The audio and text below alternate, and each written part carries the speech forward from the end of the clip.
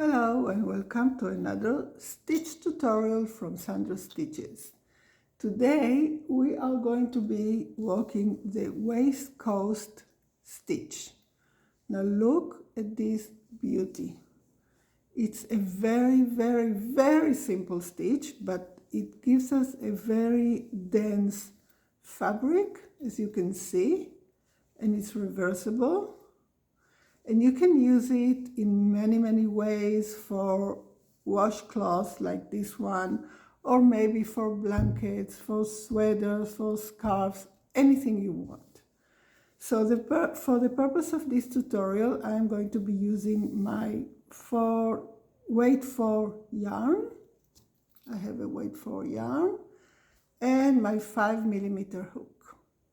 Now this stitch, you can use any number of multiple. It depends on which, what you're working on. If it's a scarf, if it's a blanket, if it's whatever you're working on. So I will be starting by chaining a few stitches. It really doesn't matter how many. You will have to decide depending on your project. So I have the number of stitches I need. The first row for this stitch is going to be a simple single crochet row. So if you're starting your project, you will add 1 chain. So we start our first row with a single crochet, simple classic single crochet stitch. So we are going to be working on our second chain from the hook. Insert your hook, pull up yarn, pull through 2, and work 1 single crochet in each chain across, like so. This is our foundation row, the first row, and something went wrong here. Okay, let's do it again. I'm talking and not paying attention. Okay, so this is our foundation row that we are going to be working our waistcoat stitch on this single crochet. Now the waistcoat stitch is so simple. It's just a single crochet worked only in a different place that we normally would work it, and I will show you in a minute when we start row number 2. So this is a 1 row repeat. You will see that people use it in many ways. They incorporate or alternate the waistcoat stitch with other stitches in the same row to give it a little bit more of a maybe personality or maybe texture, but this is the basic waistcoat stitch. All right, so we finish our first row of classic simple single crochet stitches. We chain 1 and we turn our work. Now we are going to be working in a special place of the stitch, but the first stitch of the row, I like to work a single crochet, just regular single crochet in the first stitch. This is our first stitch, right? This one. Now this one is our second stitch, and normally we would insert our hook here, right, on the V of the stitch, right here. But for the waistcoat stitch, we are going to be inserting our hook. You see this V here of the stitch here?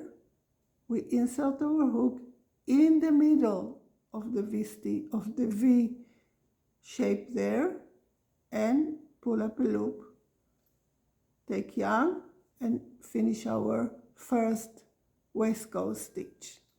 And again, you see these 2 lines here of the stitch. We insert our hook in the middle here, not here, here in the middle of the V from the legs of the stitch. Let me take some yarn. And again, we are going to insert our hook here in the middle of the legs of the stitch and not on top of it, not here where we usually would insert our hook and start our stitch. So we will continue this in every stitch, in every single crochet from the previous row, and walk in the middle of the legs like so. And this is it really, but I want to make another row so you can see how the pattern starts to formulate and how you can instantly see this is going to be a very thick fabric. So you would need to adjust your tension and adjust your hook size. It depends what you want to do. So in the last stitch, as I said, in the first and last, I like to make a normal single crochet.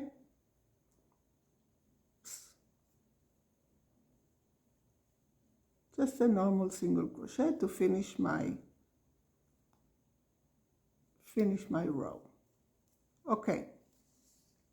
As you can see, we are starting to see the shapes of the waistcoat. So chain 1, turn or work 1 normal single crochet in the first stitch, and then in the second stitch we will look for the V of the legs of the stitch in the previous row and insert our hook there. As you go along, it will get easier and easier. So you see we have 1 V here, 1 V here. So we always go to the last row, right? That we worked, and insert the hook in the middle of the legs of the stitch. And again, be careful not to miss any stitch on the way, and then you'll have this beautiful, beautiful pattern that you can work on any project. You see this? It's amazing. And this is what it looks like when it's all finished. Let me do a few more for you. You insert the hook inside the middle here and finish your single crochet like so. Sometimes it's a little bit hard, but as you go on with it, you'll get your hand on it and it will be okay. Let's finish the row and see how it looks. So it's a 1 row repeat.